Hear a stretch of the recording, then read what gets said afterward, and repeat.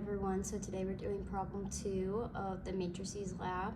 So the question asks, consider the matrix M equals 2, 1, 1, 2. In each case, practice doing the computations by hand and using MATLAB. So the very first question says, what is the transformed vector y for x equals 1, 2? Draw both vectors. Okay, great. So we're going to have m equals 2, 1, 1, 2 as stated in before, and x equals 1, 2. And then in order to do this, we're going to do y equals m times x. And then we're going to plot our x and our y value, and we're going to get this over here, and that is our graph. And if you want to do it by hand to understand it a little bit more, you can see that I have m times x. And what you're going to do when you're multiplying them, you're going to do 2 times 1 plus 1 times 2, and then get that as an equal of 4, and then 1 times 1 plus 2 times 2, and that equals 5. So that is going to be our output there for 5, and you understand that this works because this is a 2 by 2 by 2 by 1, and the 2 by 2 is going to match, so that means it's good to go, and the 2 by 1, that means the output, and that's what we got over there. So that is perfect, and then the 4, 5 is what we got over here, going from 4 to 5. So that will work. And then our next one says, what is the transformed vector y for x? X equals 1, negative 1. Draw both vectors. So it's very similar to the problem above where we do m equals 2, 1, 1, 2. X equals 1, negative 1. Y equals m times x. And then we're going to plot our graph and then do axis equals. For this, we're going to get the graph right here. And as you can see, it's going in a negative direction because we have a negative right here. So that's going to cause a little bit of different problems. Wait, sorry. Yes, so that is going to cause a little bit of different problems. And then if you wanted to compute this by hand, which is what the directions told us to do, so this is a 2 by 2 by 2 by 1 again, so we're going to do the similar thing where our output is going to be a 2 by 1 and 2 match, so this is good to go. So once you multiply this, you're going to get 2 times 1 plus 1 times 1, and then 1 times 1 plus 2 times negative 1. Oh, and that is supposed to be a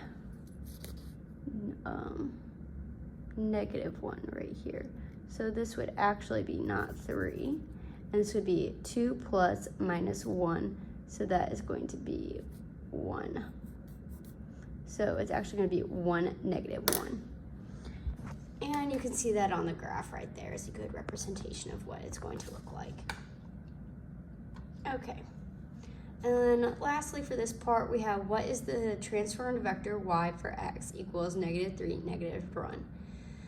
So as we've done before, we're going to do m equals 2, 1, 1, 2, x equals negative 3, negative 1.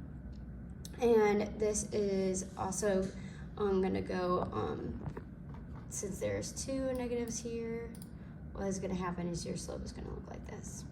And we have y equals m times x, and we're going to plot those. So this is going to be your answer. And if we're going to do this by hand, we do the m and the x, we're going to multiply those together to get 2 times negative 3 plus 1 times negative 1, and that equals negative 7. And then we're going to do 1 times negative 3 plus 2 times negative 1, and that's going to get negative 5, which is this graph right here. Okay, so now we're going to do problem 1 of linear systems for lab 4. Problem 1 states, find the matrices K, F, and U, as well as the residual in the following cases. So for part 1, we're going to say the springs have different spring constants. The 4 spring constants from left to right are 1, 2, 1, 3. So the very first thing you do is define your spring constants. So K equals 1, 2, 1, 3. Next, we need to find the stiffness matrix. And so in order to understand this a little better, I have this drawn. And that's how you're going to get it. So you have K1, K2, K3, and K4. And you're going to do a stiffness matrix out of those and solve. So when you do this, that means these K values are going to go in for this K. And then you're going to have applied forces. And you're going to solve KU equals F but you really want U. So you're gonna use U equals K backslash F. And when you get that, you're gonna get a 3 times 1 matrix of 0.6471 and 0.4706 and 0.1176. After that, we're gonna find the residual, and that's just K times U minus F.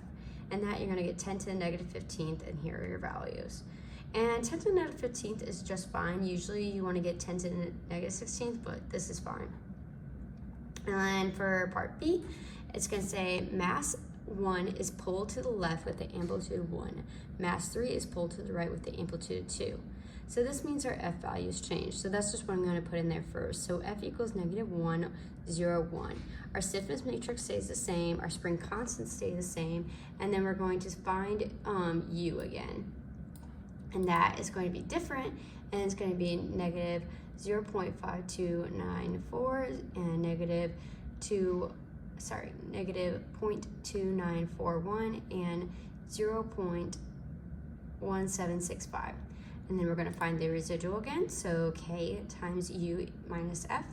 And that we're going to get 10 to the negative 15th, and here's its values, and that's okay too, just the same as before. And then finally, there's no left pen, only a right pen. So that means our K values are going to change, F is going to stay the same, and stiffness matrix is going to stay the same. And when you do this, U equals K backslash F, you're going to get 3, 2, 1, and the residual K times U minus F, you're going to get 0, 0, 0, and that's not adequate, so this is not very good. Okay, and that's all I have. Thanks.